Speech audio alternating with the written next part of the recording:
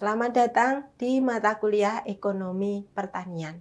Kali ini kita akan mempelajari tentang teori penawaran atau supply theory gitu. Kali ini kita belajar bersama-sama dengan saya, Bu Ani Suryantini, dari program studi Ekonomi Pertanian dan Agribisnis Fakultas Pertanian UGM.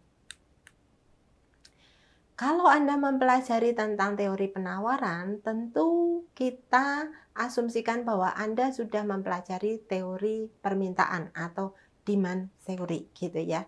Kalau demand itu adalah permintaan dari sisi konsumennya, maka supply atau penawaran tentu dari sisi produsennya gitu. Nah, supply atau penawaran adalah jumlah barang atau jasa yang akan disediakan oleh sebuah perusahaan ya, yang perusahaan itu memang bersedia dan bisa atau mampu untuk menjualnya pada waktu tertentu dan pada tingkat harga yang tertentu juga gitu. Tentu faktor yang menentukan supply atau penawaran tidak hanya harga gitu ya, tapi ada faktor-faktor yang lainnya. Dalam kondisi ini, kalau nanti kita belajar tentang grafik supply, itu memang faktor utamanya adalah harga. Faktor-faktor lainnya yang menentukan penawaran itu dianggap ceteris paribus atau tidak berubah gitu ya. Kenapa ada willing atau bersedia? Karena bisa saja perusahaan tidak bersedia untuk menjual produknya. Contohnya PT PN 9 gitu ya, yang mempunyai kebun karet. Perusahaan itu tidak mau menjual getah karetnya kepada perusahaan yang mengolah karetnya gitu ya, getah karet yang lainnya, karena PT PN 9 punya pabrik pengolah getah karet menjadi RSS sendiri gitu. Nah, kemudian able, tentu perusahaan PT PN 9 itu bisa memproduksi getah karet karena punya teknologi untuk budidaya tanaman karet tersebut gitu ya. Dan ada sumber dayanya, contohnya adalah klon karet tertentu yang baik, dan kemudian sumber daya manusia yang mampu merawat, membudidayakan tanaman karet dengan baik gitu. Yang berikutnya adalah market supply atau penawaran pasar. Apa itu penawaran pasar? Tentu beda dengan penawaran individual perusahaan. Nah, penawaran oleh pasar itu adalah gabungan penawaran oleh perusahaan-perusahaan yang menghasilkan produk yang sama gitu ya. Nah, ada pertanyaan, why do firm supply greater amount at higher price? Nah, dan sebaliknya, ketika small amount of product itu dijual pada saat lower price gitu. Nah, kita akan mempelajari tentang kalau harga tinggi, produser akan menjual produknya dalam jumlah yang lebih banyak. Sementara ketika harga sedang turun, produsen akan memasarkan produknya atau mensuplai ke pasar dalam jumlah yang lebih rendah gitu. Nah, nanti kita akan kenal yang namanya kurva atau grafik supply gitu. Yang dinyatakan di sini supply curve itu slope-nya adalah up gitu ya, naik gitu ya. Oke, nah tadi kita sudah mempelajari bahwa faktor yang menentukan supply itu tidak hanya harga, tapi ada faktor-faktor yang lainnya. Contohnya, nomor satu adalah jumlah produsen gitu ya. Anda nanti akan belajar tentang struktur pasar. Nah, struktur pasar ini kalau jumlah produsennya cuma satu, ya hanya satu produsen saja, itu maka struktur pasarnya adalah monopolis gitu ya. Maka supply-nya tentu berbeda ketika di dalam industri itu produsennya atau perusahaan yang menghasilkan produk itu jumlahnya sangat banyak gitu ya, kompetitif gitu ya. Nah, tiap-tiap perusahaan akan mensuplai yang relatif tidak sebanyak struktur pasar monopolis gitu. Nah, kemudian yang kedua, price of related goods gitu ya. Nah, harga dari produk-produk yang terkait dengan produk yang kita hasilkan. Contohnya gitu ya. Kalau kita minum kopi gitu ya, tentu ada pilihannya. Mau minum kopi Arabica atau Robusta gitu ya. Nah, maka kopi Arabica itu substitusi dari Robusta. Misalnya kalau Anda ke kafe gitu ya, kopi Arabicanya habis. Gimana kalau minum kopi Robusta aja gitu ya. Nah, ini tentu harga kopi Arabica itu juga ditentukan oleh harga kopi Robusta gitu ya. Jadi misalnya saja harga kopi Robusta naik gitu ya. Itu tentu masyarakat yang biasanya minum kopi Robusta mungkin beralih ke kopi Arabica atau sebaliknya gitu ya. Sehingga tentu karena permintaannya berubah maka supply-nya juga akan terdampak begitu. Nah, itu adalah barang substitusi. Sekarang ada juga yang related good yang terkait dengan barang komplementer gitu ya. Jadi kalau Anda minum kopi selain gula itu ada susu gitu ya. Nah, kalau Anda minum kopi pilihannya apa? Americano, gitu, latte atau cappuccino atau yang lainnya. Nah, tentu kalau nanti cappuccino atau latte itu ada tambahan susunya, ada tambahan pemanisnya gitu ya. Nanti kalau harga susu itu naik tentu gitu ya akan terdampak kepada para pelanggan yang suka membeli kopi cappuccino atau latte atau yang lainnya yang menggunakan susu tadi gitu ya, karena harga nanti juga akan berpengaruh gitu ya, sehingga demand-nya bagaimana dan kemudian dari sisi kafenya itu juga supply-nya akan menyesuaikan gitu ya. Yang ketiga, cost of resources gitu ya. Jadi biaya untuk menghasilkan kopi itu juga akan menentukan harga kopi. Jadi biaya untuk budidaya kopi itu akan menentukan HPP atau harga pokok produksi kopi, dan kemudian nanti harga biji kopi yang akan dibeli oleh banyak kafe itu akan ditentukan oleh biaya pupuk, pestisida mungkin gitu ya kalau ada gitu ya, atau mungkin harga benihnya dan biaya tenaga kerja yang merawat atau membudidayakan tanaman tersebut gitu. Nomor 4, expectation of future price of goods gitu ya. Tentu supply dari kopi itu ditentukan oleh harga kopi di masa depan gitu. Kita tahu bahwa penggemar kopi semakin banyak gitu ya. Kemudian kalangan penggemar kopi tidak hanya yang usianya tua, tapi sampai dengan usianya muda gitu ya, ada gitu ya. Jadi mungkin teenagers gitu ya, sampai dengan yang usianya sudah senior itu minum kopi, sehingga ke depan gitu ya masyarakat yang menyukai kopi dengan berbagai variannya itu akan menyebabkan harga kopi ke depan akan meningkat. Nah, kalau harga ke depan atau pada masa depan meningkat, maka supply-nya itu juga akan mengikuti. Harga masa depan naik, supply-nya akan meningkat juga begitu. Yang berikutnya adalah teknologi, pajak, temperatur gitu. Membudidayakan kopi itu perlu agroklima tertentu ya. Kopi Arabica butuh temperatur yang lebih rendah pada ketinggian tempat yang lebih tinggi gitu ya. Sementara untuk daerah Indonesia itu kebanyakan adalah dataran rendah, tidak ada yang sangat-sangat tinggi sampai ribuan gitu ya, 1000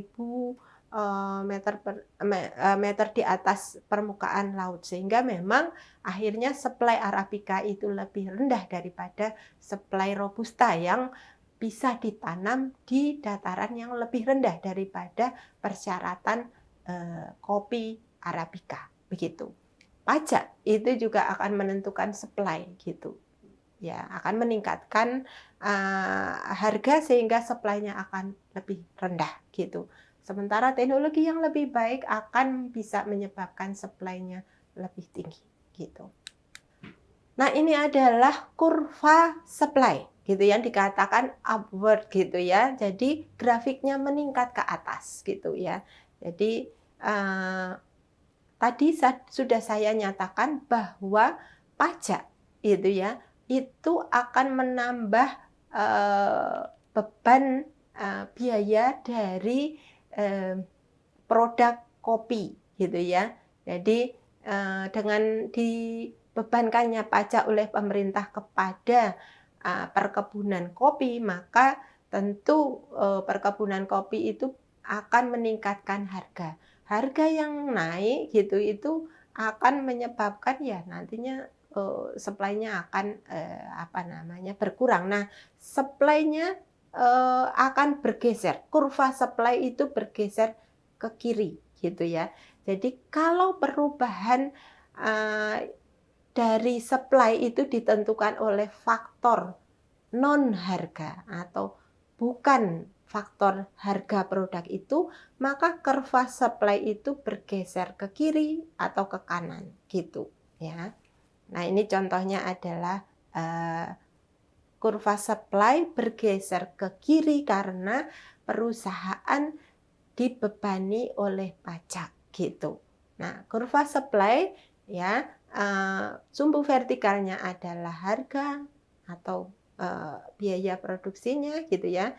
Sementara yang sumbu horizontalnya adalah kuantitas produk yang disuplai ke pasar gitu ya. Jadi kita lihat setelah adanya pajak maka harga meningkat dari P1 menuju ke P2 gitu ya. Akibat karena kurva supply-nya bergeser ke kiri gitu.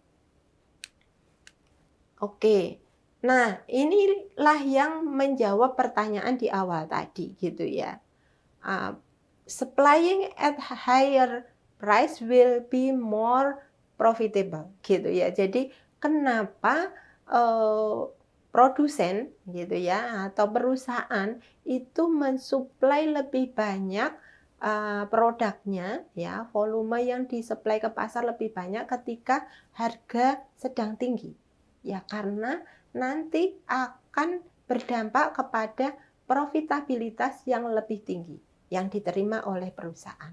Nah, kemudian yang kedua, firm will be able to afford more costly production technique if price are higher gitu ya.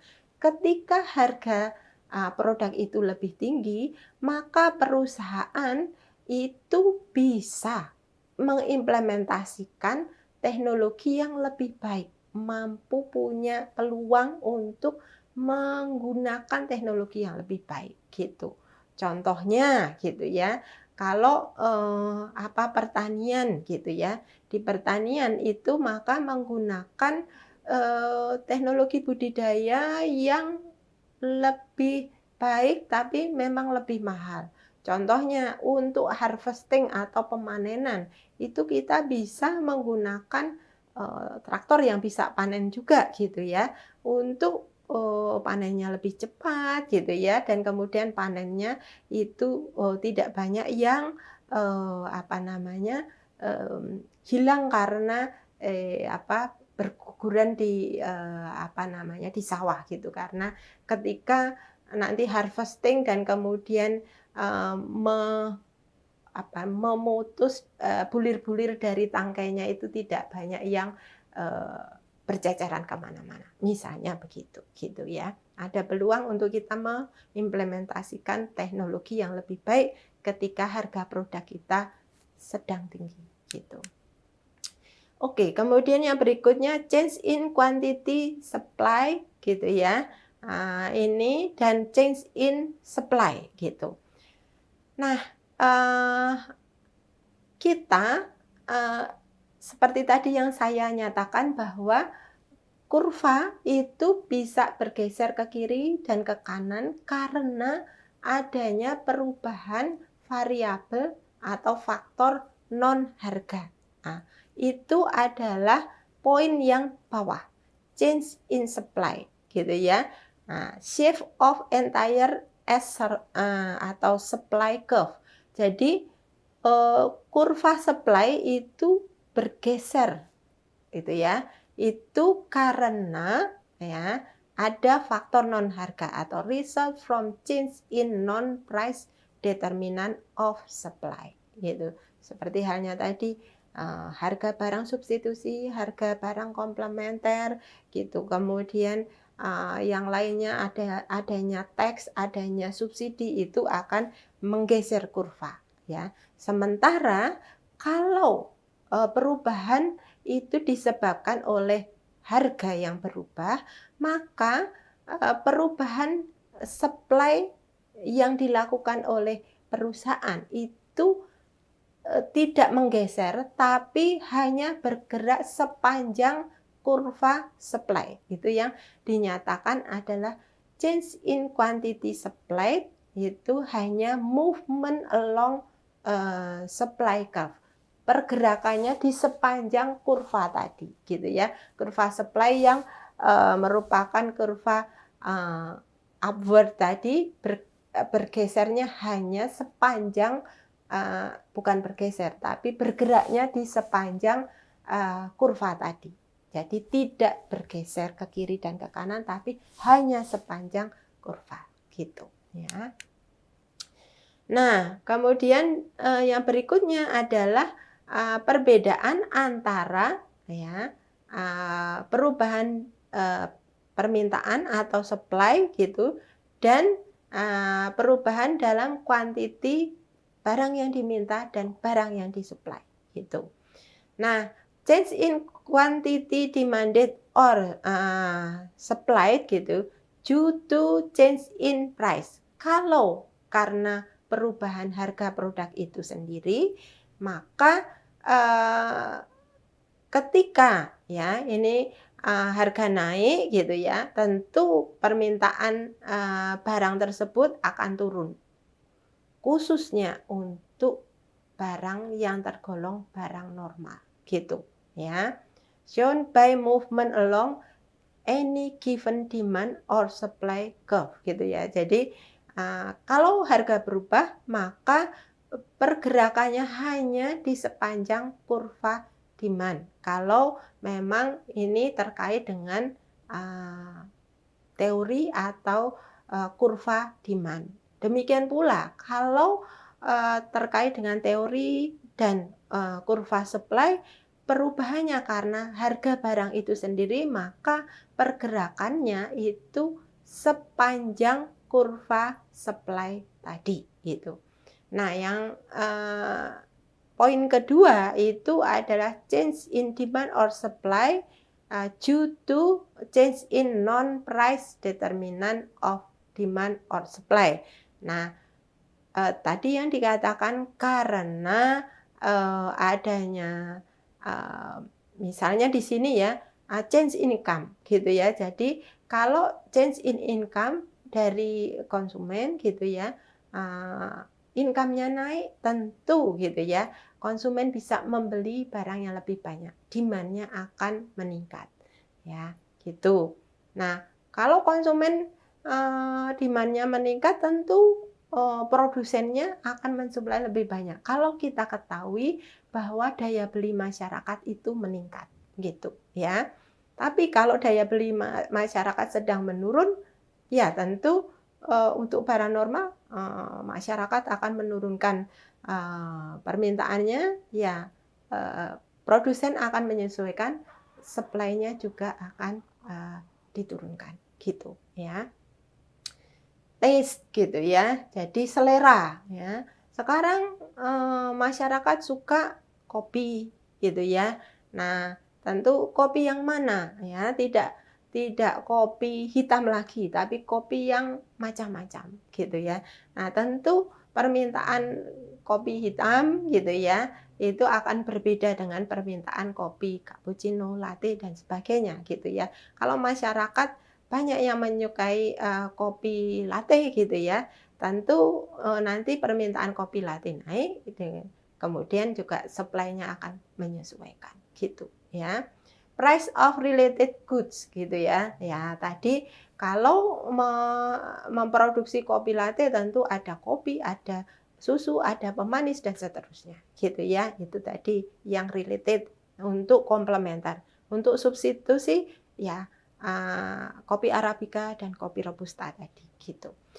Oke, pergerakannya adalah bergeser ke kiri atau ke kanan gitu ya. Demand curve atau kurva permintaan bergeser ke kiri dan ke kanan, dan kurva supply itu juga bergeser ke kiri atau ke kanan bila gitu ya perubahan supply atau demand itu tidak disebabkan oleh perubahan harga barang yang bersangkutan, tapi adalah perubahan faktor yang lain. Contohnya barang substitusi, barang komplementer itu tadi gitu ya. Oke, selanjutnya supply and demand questions. Why does a gallon of gas cost more than a gallon of water? Gitu ya. Mengapa? Gitu ya. Biaya untuk 1 galon gas itu lebih dari 1 galon air mineral misalnya, gitu ya. Nah, tentu itu kita ketahui bahwa untuk bisa memproduksi 1 galon gas gitu ya. Nah, kalau kita di perumahan itu gasnya di dalam tabung gitu ya. Itu memproduksi dalam volume tabung yang sama ya. Untuk gas itu biaya produksinya lebih tinggi daripada biaya produksi untuk menghasilkan produk air mineral sebesar 1 galon dengan volume yang sama dengan gas tadi gitu ya. Karena biaya produksinya lebih tinggi, lebih sulit teknologi produksinya, maka supply gas itu memang menjadi lebih kecil daripada supply air mineral di pasaran gitu. Jadi Anda perlu ketahui itu gitu ya. Karena teknologi dan biaya produksinya lebih tinggi berkali-kali lipat, maka supply-nya juga jadi terbatas gitu ya. Kemudian pertanyaan yang kedua, why does the professional football star make more money gitu ya, contohnya than the average plumbers gitu ya. Jadi misalnya kenapa sih football player itu gajinya lebih tinggi daripada tukang plumber ya. Tentu karena kemampuan football player itu lebih bagus. Orang banyak melihat gitu ya pertandingan sepak bola gitu, dan ya permintaannya untuk melihat menyaksikan gitu ya pertandingan sepak bola yang Liga 1 internasional gitu ya misalnya, itu lebih tinggi daripada tukang plumber untuk memperbaiki hal-hal yang tertentu gitu ya. Sehingga akhirnya gitu ya banyak anak-anak muda atau bahkan anak-anak sekarang cita-citanya apa? Ingin jadi pemain sepak bola profesional ya gitu, dibanding menjadi tukang plumber tentu saja gitu.